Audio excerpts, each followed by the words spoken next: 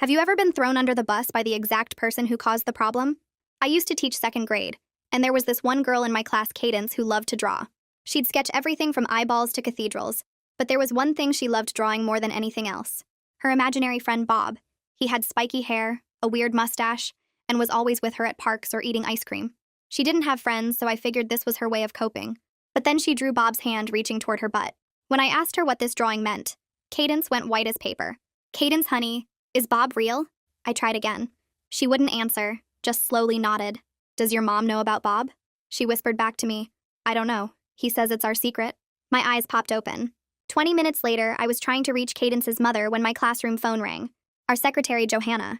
"There's family here to pick up Cadence early. Can you send her down?" I looked up at Cadence, coloring, and an awful feeling washed over me. "I'll walk her down myself." I took Cadence's hand, and we walked to the front office together. When we rounded the corner into the lobby, I saw a man standing by the counter. Spiky hair, mustache, cheekbones exactly like in the drawings. He turned and smiled at us. "There's my girl." I felt her hand go limp in mine. I stepped in front of Cadence and kept my voice steady. "What's the emergency?" He kept smiling, friendly and patient. "Just need to grab Cadence. Her mom asked me to pick her up." Something in my gut twisted. "Her mom didn't call the school." He laughed. "Yeah, she slammed at work. You know how it is." Johanna nodded along like this made perfect sense. "I need to verify with her mom first. She's the emergency contact." His smile flickered for just a second. "That's fine. Go right ahead." I pulled out my phone and dialed Cadence's mom. It went to voicemail.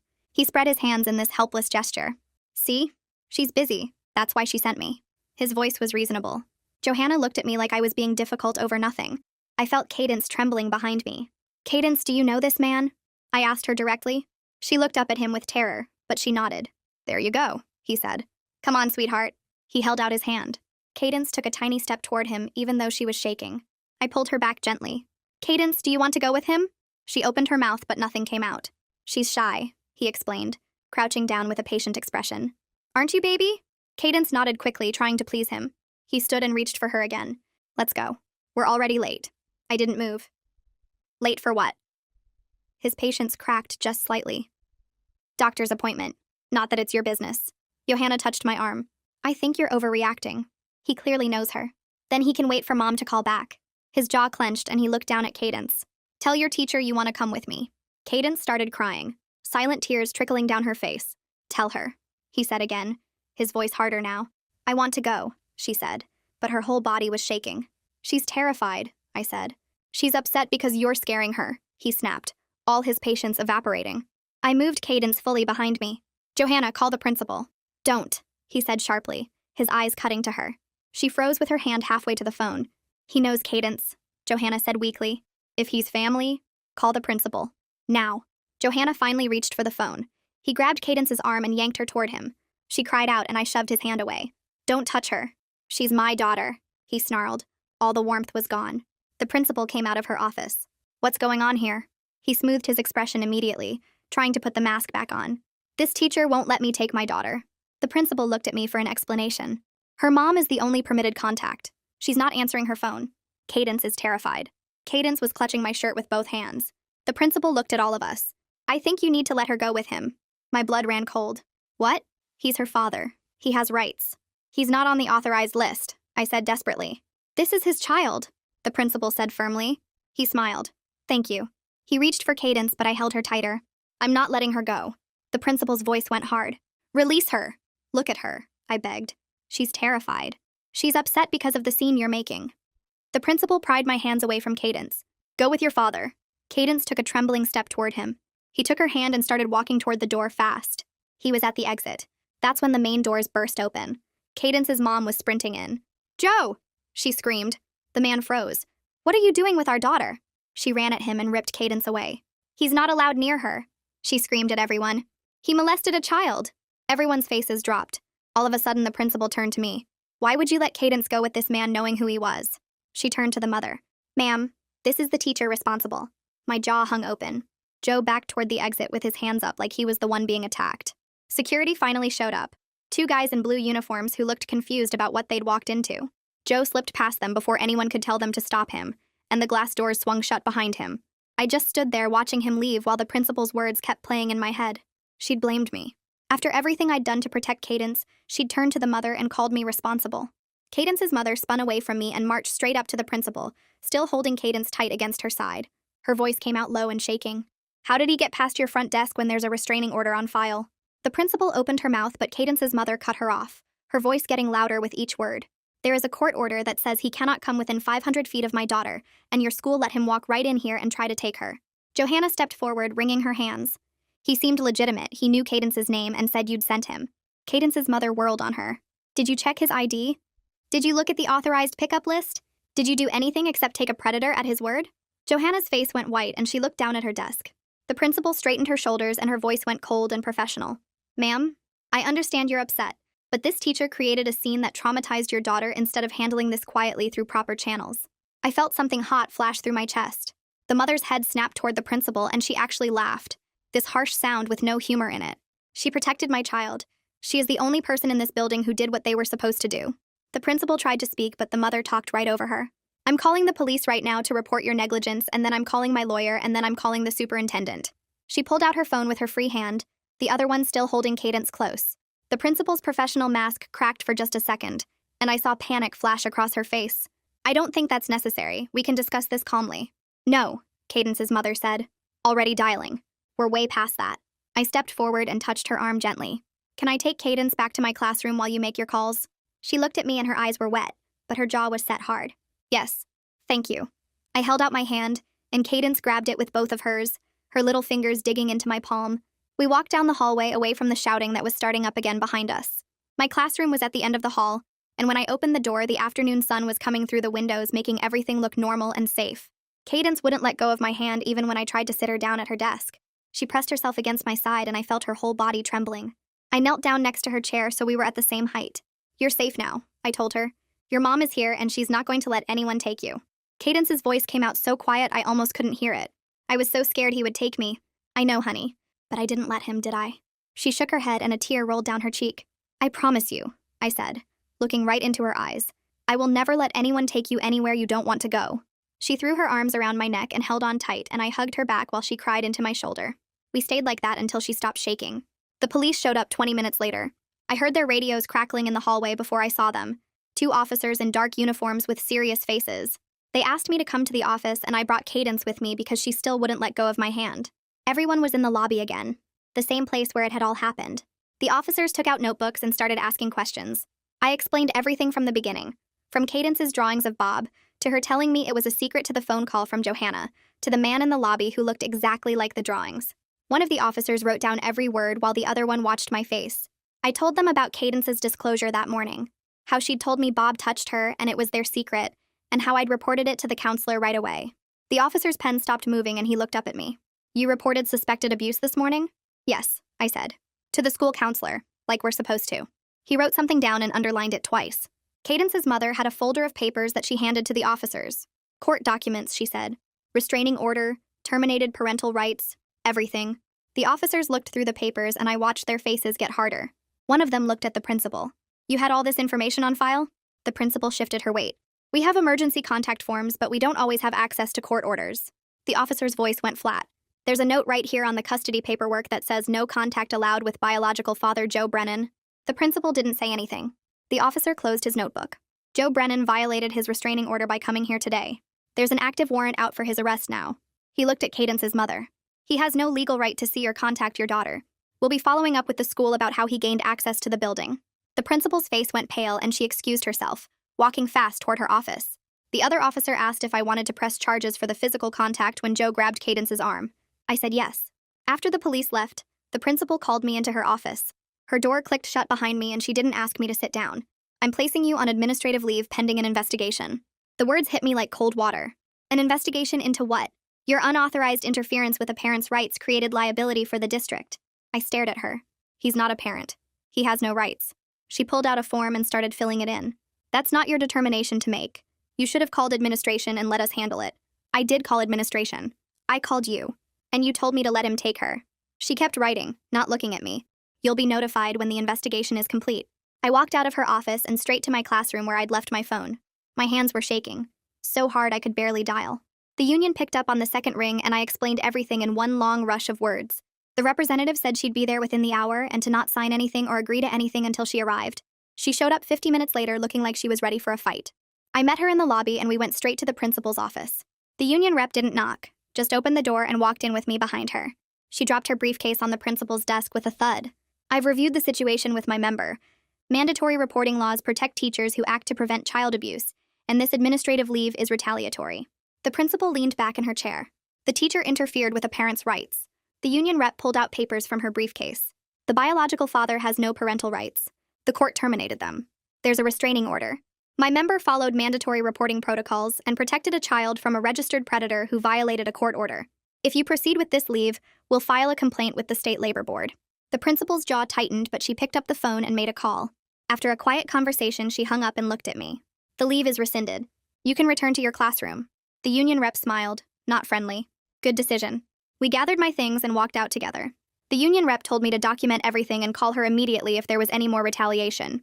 When I got back to my classroom, there was a substitute teacher with my students. I thanked her and she left, and my kids all looked at me with big worried eyes. I tried to act normal, going through our afternoon routine like nothing had happened, but my hands wouldn't stop shaking. The next day, Cadence's mother came to see me before school started. She knocked on my classroom door and I let her in. She looked tired but determined. I wanted to thank you personally. If you hadn't stopped Joe yesterday, he would have taken Cadence and I might never have seen her again. I felt my throat get tight. I just did what any teacher would do. No, she said firmly. You did what you were supposed to do, and apparently that's not what everyone does in this building. She told me she was filing a formal complaint against the school with the district. She had meetings scheduled with the superintendent and the school board. I'm going to make sure this never happens to another child. The rest of the day passed in a blur of concerned looks from other teachers and my students asking why Cadence wasn't there. I kept teaching, kept moving through math problems and reading time, but my mind was spinning with everything that had happened.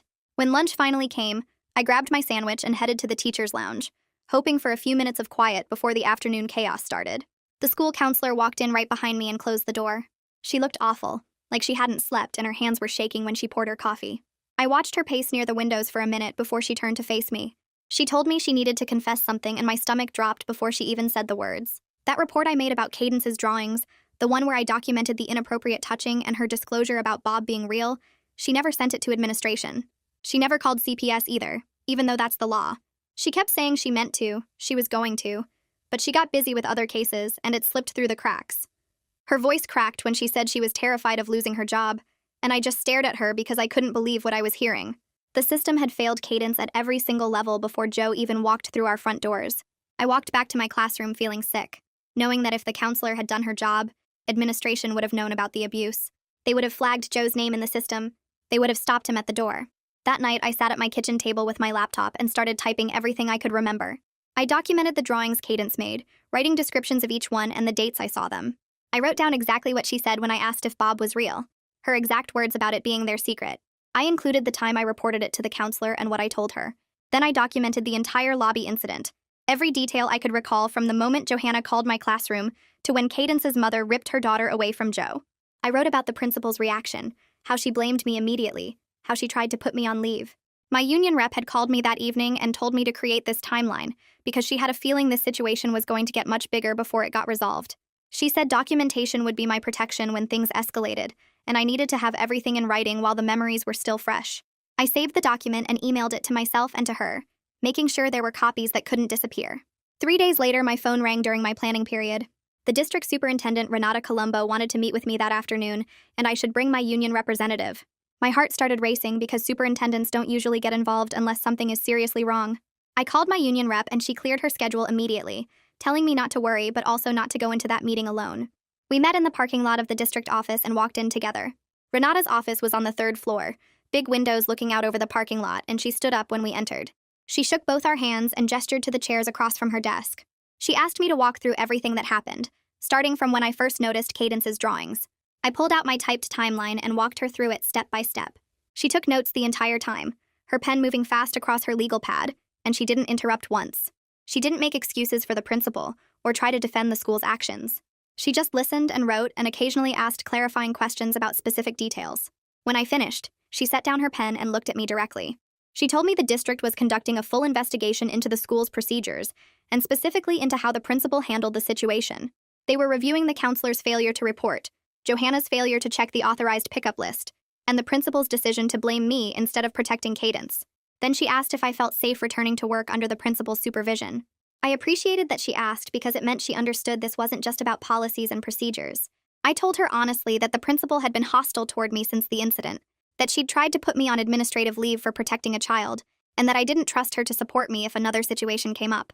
Renata wrote that down too and said she would take my concerns seriously. Later that week, my union rep called with more information. Cadence's mother had met separately with district officials and revealed the full truth about Joe. He wasn't just some estranged father with boundary issues. He was a registered sex offender who had molested his niece 5 years ago. The restraining order existed specifically because he'd shown predatory behavior toward Cadence during supervised visits before the court terminated his parental rights last year. He had no legal right to see Cadence at all, and the school had all of this information on file in her records. My union rep also told me that Johanna never checked Joe against the authorized pickup list before calling my classroom. She never asked for his ID. She just took him at his word that he was there to pick up his daughter, and called me to send Cadence down. The principal was now trying to blame Johanna entirely for the security failure, but Cadence's mother's complaint named both of them plus the counselor for failing to protect her daughter. The complaint also named the district for not having proper systems in place to prevent registered sex offenders from accessing schools. My union rep said this was turning into a much bigger issue than just one incident, and the district was scrambling to figure out how their safety protocols had failed so completely. The principal called a staff meeting the following Monday. Every teacher crammed into the library after school, and she stood at the front with a printed handout about new safety protocols. She announced that from now on, all teachers were required to send students to the office immediately when any family member arrived for pickup. We were not to question parents or ask for verification. We were to send the child down and let the office handle all interactions with families. I felt my jaw clench as she talked because this policy would have let Joe take Cadence before anyone could stop him. Several teachers started raising their hands, pointing out exactly that problem. One teacher asked what we were supposed to do if a student seemed afraid of the person picking them up. Another asked how this policy protected children from unauthorized adults. The principal kept insisting that the office staff were trained to handle these situations, and teachers needed to focus on teaching, not security. I could feel the frustration building in the room because we all knew this policy was designed to protect the principal from liability, not to protect kids. It was removing our ability to act as the first line of defense for our students. I raised my hand and waited for her to call on me. When she did, I stood up so everyone could hear me clearly. I said that mandatory reporters have a legal duty to protect children from suspected abuse, and this policy contradicts state law. If a teacher has reason to believe a child is in danger, we're required to act, not pass them off to someone else. The principal's face went bright red and she cut me off, saying the meeting was over and we all needed to review the new protocols before implementation next week. But as everyone filed out, I noticed several teachers nodding at me in agreement. A few stopped to whisper that they thought the policy was wrong too, and one teacher squeezed my arm and thanked me for speaking up. The next morning, I was setting up my classroom when I heard running footsteps in the hallway. Cadence came sprinting around the corner and threw herself at me, wrapping her arms around my waist so tight I could barely breathe. She'd been out of school for 3 days, and seeing her back made my throat tight. Her mother appeared in the doorway a moment later, and she told me they'd enrolled Cadence in trauma therapy. Cadence was having nightmares about Joe, waking up scared that he was in her room or that he'd come to take her away.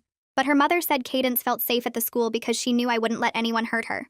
Cadence looked up at me with those big eyes and asked if I'd still be her teacher, and I promised her I wasn't going anywhere. Her mother thanked me again before taking Cadence to her new classroom, and I stood there fighting back tears because that little girl trusted me when every system around her had failed. The principal started documenting everything I did after that. She showed up at my classroom door to check my arrival time each morning. She requested copies of my lesson plans daily instead of weekly. She observed my interactions with students and took notes about how I managed my classroom. It was obvious she was building a case to fire me, collecting anything she could use against me in a disciplinary hearing. My union rep said this was classic retaliation, and we were documenting her behavior right back. Every time she showed up unannounced, I noted the date and time. Every unnecessary request for paperwork got logged. We were building our own case showing that she was harassing me for doing my job and protecting a child from a predator. That same week, a school board member named Graham Pittman called my cell phone. He introduced himself and said he'd heard about what happened with Cadence from her mother's complaint. He asked if I would be willing to speak at the next board meeting about the incident. I hesitated because I knew the principal would see this as me going around her, but Graham said the board needed to hear from the teacher who actually protected the child, not just the administration's version. I agreed to meet with him first before deciding. 2 days later, I sat across from Graham in a coffee shop near the district office. He had a folder thick with papers and he looked tired. He told me that Cadence's mother had filed complaints with the school board, the district office, and the state education department. Each complaint detailed how the school failed to protect her daughter, and how I was blamed for doing my job. Graham said there were bigger problems in how the district handled safety rules, and this incident was showing failures that had been there for years. He explained that other parents had raised concerns about visitor access and pickup procedures at different schools, but nothing ever changed. The administration always said they were working on it, but no real improvements happened. Now, with Cadence's case getting attention, the board finally had leverage to demand actual changes. I asked Graham what speaking at the board meeting would accomplish. He said it would put a human face on the policy failures and show board members exactly what teachers deal with when administrators care more about avoiding problems than protecting kids. I told him I'd think about it and let him know. When I got back to the school the next morning, the principal called me into her office before first period. She closed the door and asked me directly if I'd been talking to Graham Pittman. I said yes, that he'd contacted me about the board meeting. Her face went red and she accused me of going over her head to hurt her reputation. I kept my voice calm and told her that a board member responding to a parent complaint had contacted me, and I had every right to speak truthfully about what I saw. She said I was making the school look bad, and if I testified at the board meeting, it would show I wasn't a team player. I reminded her that my job was protecting students, not protecting her image.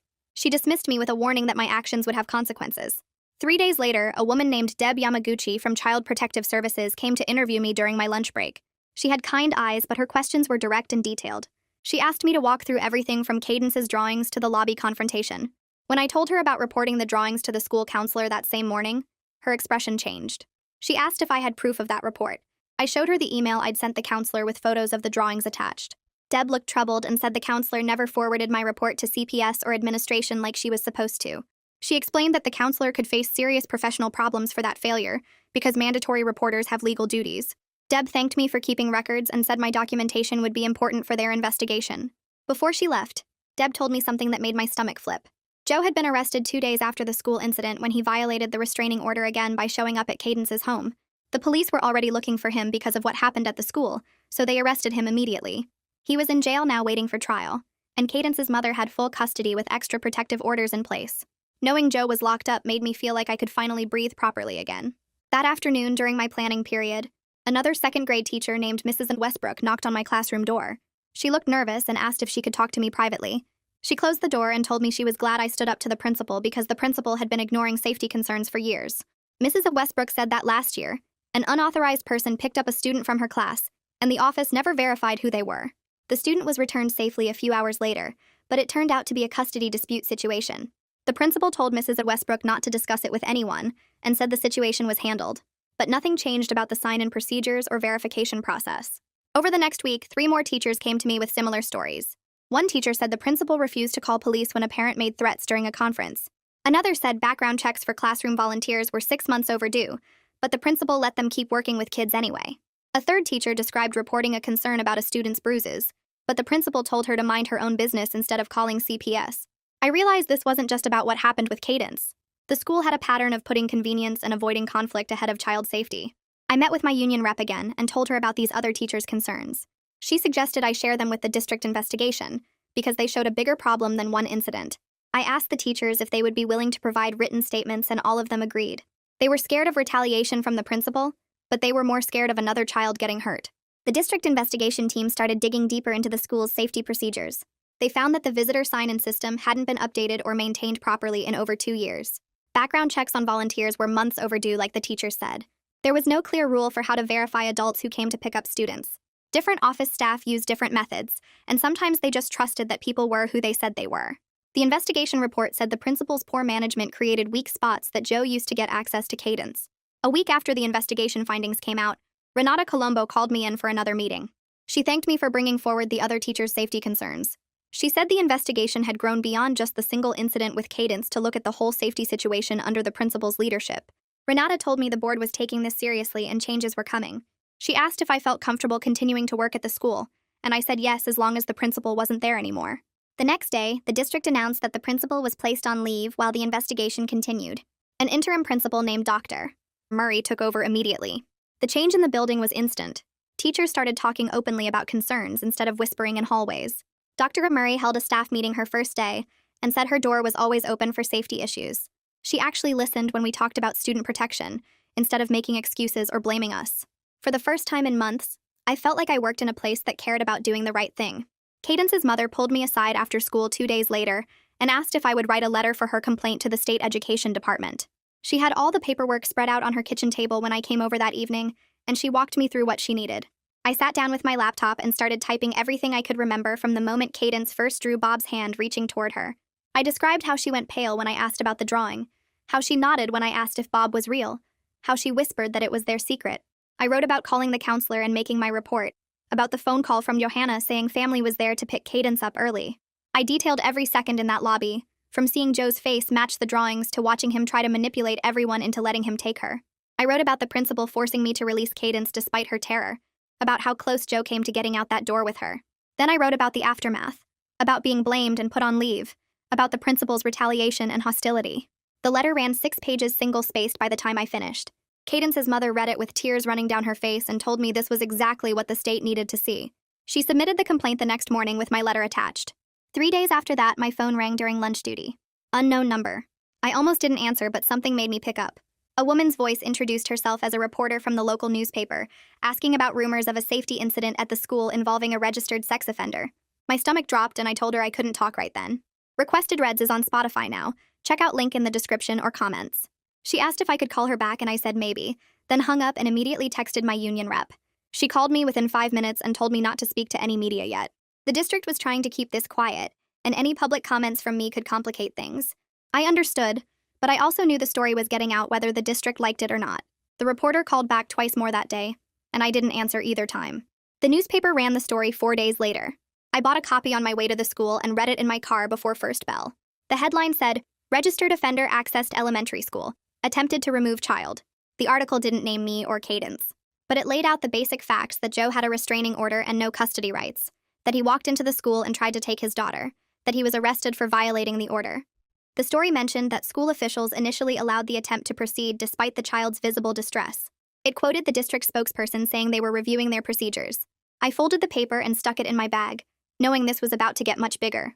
That afternoon, I got an email from someone named Alec Donaldson. He introduced himself as an attorney specializing in education law and said he'd been following the case in the news. He wrote that he believed I did everything right while the administration failed badly, and he wanted to offer his services pro bono if the district retaliated against me any further. I read the email 3 times. I'd never had a lawyer offer to help me for free before. I forwarded it to my union rep and she called me right away saying this was huge, that Alec was well known for taking on the school districts that punish teachers for protecting kids. She told me to accept his offer immediately. I emailed him back that evening and we set up a call for the next day. The school board announced a special meeting 2 weeks later to address parent concerns about school safety. Graham called me the day after the announcement and asked if I would be willing to testify about what happened. I felt my chest get tight. Speaking in front of the whole community about this was terrifying. But Graham explained that parents were demanding answers, and the board needed to hear from the teacher who actually protected Cadence, not just the administration's version. He said my testimony could prevent this from happening to other children. I told him I would do it. After I hung up, I sat on my couch for 20 minutes just staring at the wall, trying to process what I'd just agreed to. I met with Alec and my union rep at a coffee shop to prepare my testimony. Alec brought a legal pad covered in notes and walked me through exactly what the board needed to hear. He said we should focus on the specific system failures and what needed to change, not attack the principal personally, even though she deserved it. The goal was to show how weak protocols endangered a child, not to make this about one bad administrator. We went through the timeline together and Alec helped me organize it clearly. First the drawings and disclosure, then the report to the counselor that went nowhere, then Joe showing up in the lobby confrontation, then the principal's retaliation. We practiced my testimony 3 times until I could deliver it without my voice shaking. My union rep reminded me that I had done nothing wrong, and I needed to speak with confidence about protecting Cadence. The night of the school board meeting arrived, and I drove to the district office with my hands gripping the steering wheel too tight. The parking lot was packed, and I had to the park 2 blocks away. When I walked into the building, the meeting room was standing room only. Parents lined the walls, and teachers I recognized from other schools filled the back rows. News cameras set up in the corner. I found a seat near the front and tried to breathe normally. Cadence's mother was already there, and she reached over to squeeze my hand. The board called the meeting to order and opened public comment. Cadence's mother stood up first. She walked to the microphone and described getting the phone call at work that Joe was at the school. She talked about the terror of driving 90 miles an hour knowing her daughter was in danger. She explained about the restraining order and the court case and how Joe had already shown predatory behavior toward Cadence. Her voice broke when she described running into that lobby and seeing Joe holding Cadence's hand at the exit. She told the board that if I hadn't delayed him by refusing to let Cadence go, he would have been gone with her daughter before she arrived. I walked to the microphone next and my legs felt unsteady. I started with Cadence's drawings and how the images changed to show Bob touching her inappropriately. I explained her disclosure that Bob was real and it was their secret. I detailed my report to the counselor and how I was trying to reach Cadence's mother when Johanna called saying family was there for early pickup. I walked them through the lobby confrontation step by step, describing Joe's manipulation tactics and how he tried to use his patience and charm to make me seem unreasonable. I explained how the principal ordered me to release Cadence despite her obvious terror. I told them about being blamed immediately after Cadence's mother arrived, about being put on administrative leave, about the principal's ongoing retaliation. Then I looked directly at the board members and told them that mandatory reporters need support from administration when they act to protect children from abuse, not punishment for making administrators uncomfortable. After me, 4 other teachers stood up to testify. One talked about reporting a student's suspicious bruises and being told by the principal to mind her own business. Another described an unauthorized person picking up a child last year, and the incident being hushed up. A third mentioned that background checks for volunteers were 6 months overdue, but the principal let them keep working with kids anyway. The 4th teacher shared concerns about the visitor sign and system not being enforced. The pattern became obvious as each teacher spoke. The principal had prioritized avoiding problems over addressing them. She had shut down safety concerns instead of investigating them. She had created a culture where teachers were afraid to report issues because they knew they would be blamed. Children were put at risk over and over because fixing problems was harder than pretending they didn't exist. The board thanked everyone for their testimony and announced they were going into closed session to discuss personnel matters. We all filed out into the hallway and waited. The fluorescent lights hummed overhead and people talked in small groups, but I just sat on the floor against the wall. Cadence's mother sat down next to me and took my hand. She didn't say anything for a long time, and then she leaned over and whispered that whatever the board decided, I had saved her daughter, and she would never forget that. We sat there holding hands for over 2 hours while the board deliberated behind closed doors. The doors finally opened and the board members filed back into the meeting room. Everyone in the hallway stood up and followed them inside. Graham stepped up to the microphone first and his face looked serious.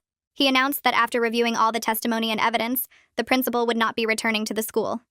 The room stayed quiet, but I could feel the tension release from my shoulders. Graham continued talking about how the board was launching a complete review of safety rules across the whole district. He said multiple people failed to protect Cadence and those failures would be fixed. After the meeting ended, reporters crowded around Graham outside and he repeated that child safety was the board's top priority. He said the district would make sure this never happened again at any school. The next Monday, I walked back into my classroom feeling like I'd been through a war.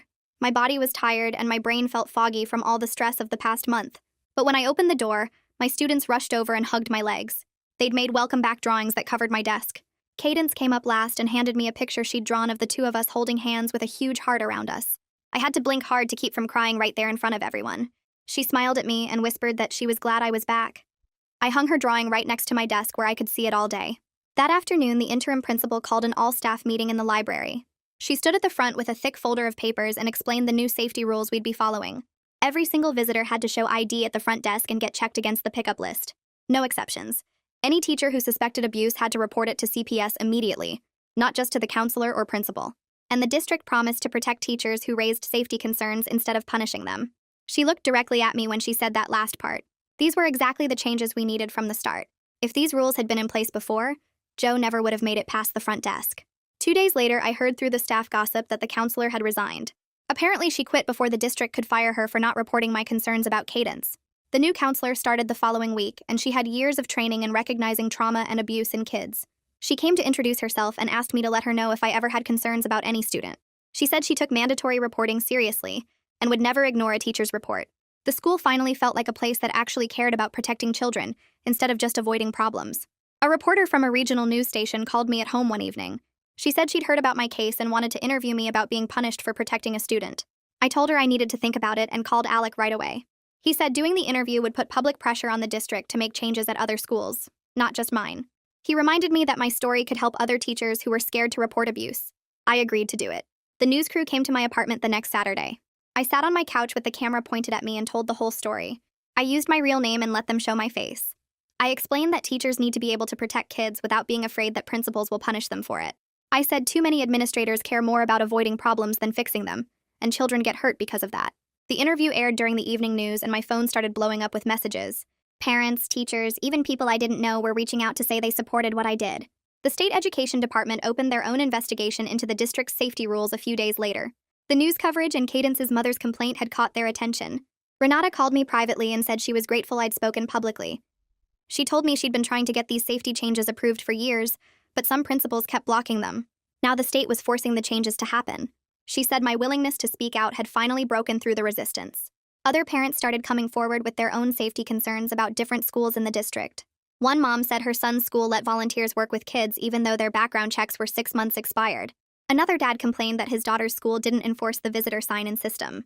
The state investigation grew bigger and started looking at safety problems across the whole district. My interview had opened the door for other people to share problems they'd been too scared to talk about before. 3 weeks after my interview aired, Cadence's mother called with news about Joe. He'd taken a plea deal and admitted to breaking the restraining order and trying to take Cadence from the school. The deal included prison time. She said knowing Joe would be locked up gave Cadence some peace.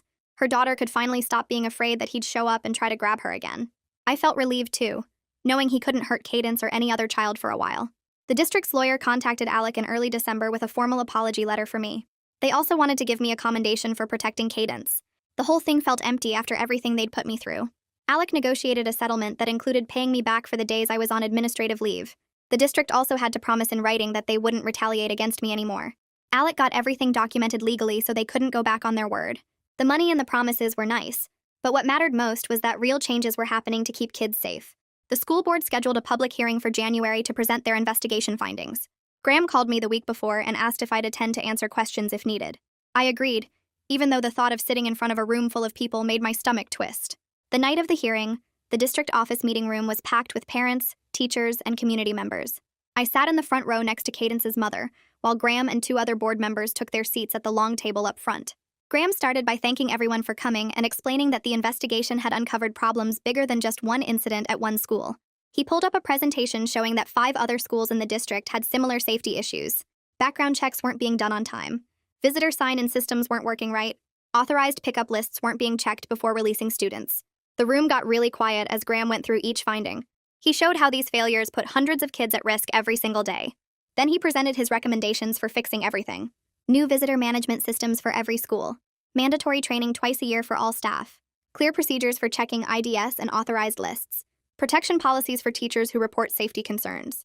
The board voted right there to approve all of Graham's recommendations and fund them starting next semester. 2 weeks after the hearing, I got a call from the state education department. They'd finished their review of the former principal's conduct during the Joe incident. The woman on the phone told me they weren't filing criminal charges, but they were suspending her teaching license for 1 year. She explained that the principal had failed to maintain proper safety protocols and then retaliated against me for being a mandatory reporter.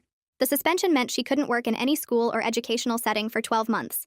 I hung up feeling relieved that there were actual consequences for what she'd done. Renata called me that same afternoon and asked if I'd be willing to serve on a district committee. They were developing new training programs for administrators about supporting teachers who report abuse and responding correctly to child safety concerns. She said my experience would help them create training that actually prepared principals to handle these situations better. I said yes because turning what happened to me into something useful for other teachers felt good. Our committee met twice a month and I got to share my perspective on what administrators should and shouldn't do when a teacher raises concerns about a student's safety. Cadence's mother stopped by my classroom one afternoon in February to give me an update on how her daughter was doing. She said the therapy sessions were really helping, and Cadence was having fewer nightmares about Joe. The anxiety about him showing up had decreased a lot since he'd been sentenced. What made her mother happiest was that Cadence was still drawing all the time, but the pictures had changed completely. She pulled out her phone and showed me recent drawings. They showed Cadence playing with other kids at recess, Cadence with her mom baking cookies, Cadence at her grandmother's house with the family dog. Not a single picture had Bob lurking in the background anymore. Her mother's eyes got watery as she scrolled through the images. She told me that Cadence had made real friends this year and was smiling again. Seeing those drawings and knowing Cadence felt safe enough to stop putting her abuser in her art made everything I'd gone through feel worth it. The new safety protocols rolled out at the start of the spring semester in January. Every staff member had to complete 8 hours of training on recognizing signs of abuse, proper reporting procedures, and the legal protections we have as mandatory reporters. The training was actually good because it used real examples and taught us specific things to look for and document. Every school got new visitor management systems installed that required photo IDs to be scanned before anyone could get past the front desk. The system automatically checked names against court records and restraining orders. Authorized pickup lists got loaded into the computer system, so the front desk could verify in seconds whether someone was allowed to take a student. Clear procedures got posted in every office explaining exactly how to handle situations when something seemed wrong. Teachers could see that the district was finally taking student safety seriously, instead of just hoping nothing bad would happen. The State Teachers Association contacted me in March about giving me an award at their annual conference. They wanted to recognize my advocacy for student safety and protection of mandatory reporter rights. I almost said no because I didn't do what I did for recognition. But my union rep convinced me that accepting the award would send a message to other teachers that speaking up for kids is valued and supported. The ceremony was at a hotel conference center with about 300 teachers from across the state.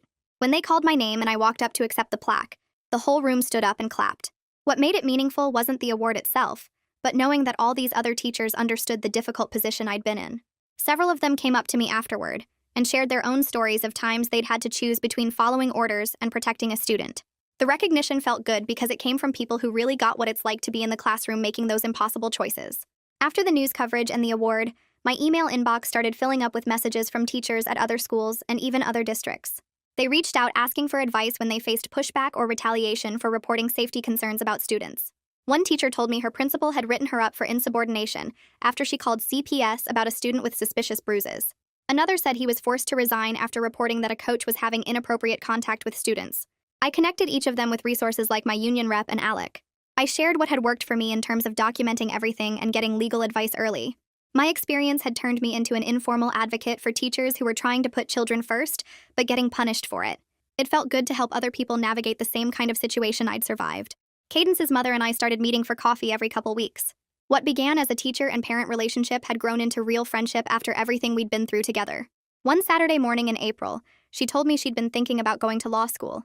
She said watching how the legal system both failed and eventually protected Cadence had inspired her to want to work on child protection cases. She wanted to help other families who were dealing with abuse and custody situations. I told her she'd be amazing at that work because she understood what families go through from the inside. She applied to 3 law schools that spring and got accepted to her first choice program starting that fall. Knowing she was turning her trauma into purpose made me respect her even more.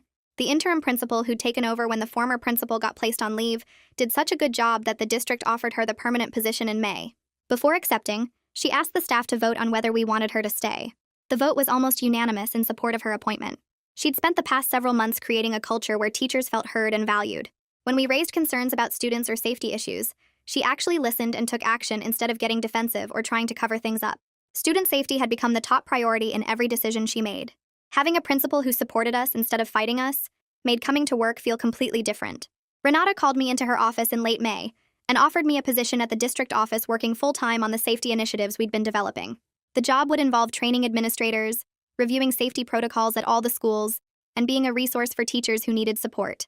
The salary was better, and I wouldn't have the daily stress of classroom management. I thought about it for a few days, but ultimately told her I wanted to stay in my classroom. Being in the district office would let me influence policy and help a lot of people. But being in the classroom meant I could make a direct impact on kids' lives every single day. My experience with Cadence had taught me that frontline educators are the most important defenders of student safety because we're the ones who see the kids every day and notice when something's wrong. I wanted to stay where I could keep watching out for students who needed someone to protect them. A few months later, a reporter from Education Weekly contacted me about writing an article on mandatory reporting and how teachers can protect students even when administrators push back. I agreed to the interview and spent an hour on the phone describing everything that happened with Cadence and how the system almost failed her. The article came out 3 weeks after that, and within days, my inbox filled up with messages from teachers across the country. A woman in Ohio told me her principal threatened to fire her for calling CPS on a student's parents. A man in Texas said his superintendent tried to make him retract a report because the family was prominent in the community. A teacher in Florida wrote that she got transferred to a different school as punishment for protecting a kindergartner from an abusive uncle. Reading these emails made me realize how many educators face retaliation for doing what the law requires us to do. I started responding to every message, sharing what worked for me, and connecting teachers with resources like union support and legal aid. Some of them told me later that my advice helped them fight back and keep their jobs while protecting their students. The school year ended in June, and Cadence moved up to 3rd grade with a new teacher. I worried she might struggle with the transition after everything she'd been through, but her mother kept me updated throughout the summer. Cadence was doing great in therapy and making friends at a day camp. When school started again in August, she stopped by my classroom during recess one afternoon. She showed me a drawing of her and 3 other girls playing soccer, all of them smiling with the sun shining above them. I asked her about her new friends, and she talked excitedly about their games and jokes. Seeing her happy and confident reminded me exactly why I fought so hard that day in the lobby. She wasn't just surviving anymore, she was actually thriving.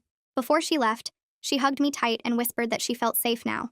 That moment made every difficult part of the past year worth it. Graham called me in September with news about a district initiative. The school board had approved funding for a new position called Student Safety Ombudsman. This person would report directly to Renata and handle any concerns about safety protocols or complaints about retaliation against teachers who made reports. Graham explained that my case exposed how badly the district needed someone in this role, someone who could intervene when administrators put reputation over child protection. The ombudsman would have authority to investigate complaints, recommend policy changes, and ensure teachers felt supported instead of threatened when they protected students. He thanked me for speaking up at the board meeting because without my testimony, this position probably wouldn't exist. I felt proud knowing that Cadence's story led to real systemic change that would help other kids and teachers. In October, I got an invitation to speak at the state education conference in the capital. The conference organizers wanted me to present a session about my experience protecting Cadence and navigating the retaliation that followed. I was nervous about speaking to a room full of educators, but I knew sharing my story could help others facing similar situations. The conference happened in early November, and about 60 teachers showed up for my session. I walked them through everything from noticing the warning signs in Cadence's drawings, to standing up to the principal in the lobby, to fighting back against the attempts to blame me. After my presentation, the question period ran over by 20 minutes because so many teachers wanted to share their own stories. A middle school counselor told everyone about getting written up for reporting suspected abuse by a coach. An elementary principal described being pressured by central office to ignore red flags with a wealthy family. A high school teacher explained how she lost her department chair position after calling CPS on a student's parents who were school board members. Every story showed me that the problem was way bigger than I'd realized. These weren't isolated incidents. This was a pattern happening in schools everywhere. I exchanged contact information with dozens of teachers that day and promised to stay connected as we all worked to change these broken systems. A week after the conference, the director of a local child advocacy organization reached out to me. She'd heard about my case and my conference presentation, and she wanted to know if I'd consider joining their board of directors. The organization worked on policy reform, supported families dealing with abuse, and trained professionals on recognizing and responding to child maltreatment. I met with her and 2 other board members over coffee, and they explained that having a teacher's perspective on the board would strengthen their work. Teachers see kids every day and notice things that others miss, but we often don't have enough support or protection when we try to help. I accepted the position because it gave me a platform to push for better policies and advocate for both children and the adults who protect them. The board met monthly, and I contributed to discussions about mandatory reporting laws, school safety protocols, and ways to prevent retaliation against educators. Being part of this organization connected me with lawyers, social workers, child psychologists, and other advocates who all shared the same goal of keeping kids safe. One Saturday morning in April, Cadence's mother and I met for our regular coffee. She looked tired but excited as she told me about her first year of law school. She was taking family law and child protection courses, and she'd decided to specialize in representing families dealing with abuse and custody battles. She said watching how the legal system both failed and eventually protected Cadence had inspired her to help other families navigate these complicated situations. Turning her trauma into purpose was healing for both her and Cadence. She showed me her grades from the fall semester, all high marks, and talked about applying for a summer internship with a family law firm. I told her how proud I was of her for taking something horrible and using it to create positive change. She smiled and said she learned that from watching me refuse to back down when the principal tried to silence me. 2 years passed since that day Joe showed up at the school. The new safety protocols we'd fought for had become standard practice across the entire district. Every school now had updated visitor management systems, clear procedures for verifying adults picking up students, and mandatory training on recognizing abuse and supporting mandatory reporters. In those 2 years, teachers at 3 different schools stopped unauthorized adults from taking students. In each case, the adult claimed to be family, but wasn't on the authorized pickup list. The teachers asked questions, verified with parents, and kept the children safe. All 3 situations could have ended badly if those teachers hadn't felt confident that their principals would support them instead of punishing them. The district's new culture made it clear that protecting children were always the right choice, and teachers who acted on concerns would be backed up, not blamed. Those 3 children stayed safe because the system finally worked the way it should have worked for Cadence from the beginning. I continued teaching 2nd grade, watching my students closely for any signs that something might be wrong at home. I knew the warning signs now, not just from training, but from lived experience. I understood how a child's drawings could reveal secrets they were too scared to speak out loud. I recognized the fear in a student's eyes when they saw someone who hurt them, and I knew that being brave enough to act on those observations could save a life. Cadence was in 4th grade now, thriving academically and socially. Sometimes I saw her on the playground during recess, laughing with her friends or playing kickball. Every time I spotted her happy and carefree, I remembered that awful moment in the lobby when I had to physically hold her back from Joe. I remembered the principal trying to force me to let her go. I remembered Cadence's mother bursting through those doors just in time. And I remembered deciding that protecting that little girl mattered more than my job, or my reputation, or anything else. Doing the right thing had cost me months of stress, conflict with administrators, and uncertainty about my career. But watching Cadence play with her friends made every bit of that struggle worth it. She was safe, she was healing, she was thriving. And I'd do it all over again without hesitation because some things matter more than staying comfortable or avoiding conflict. Protecting children is always worth the cost. That's it for today's story. Thank you for spending a little time here. It really means a lot. I hope this one left you smiling.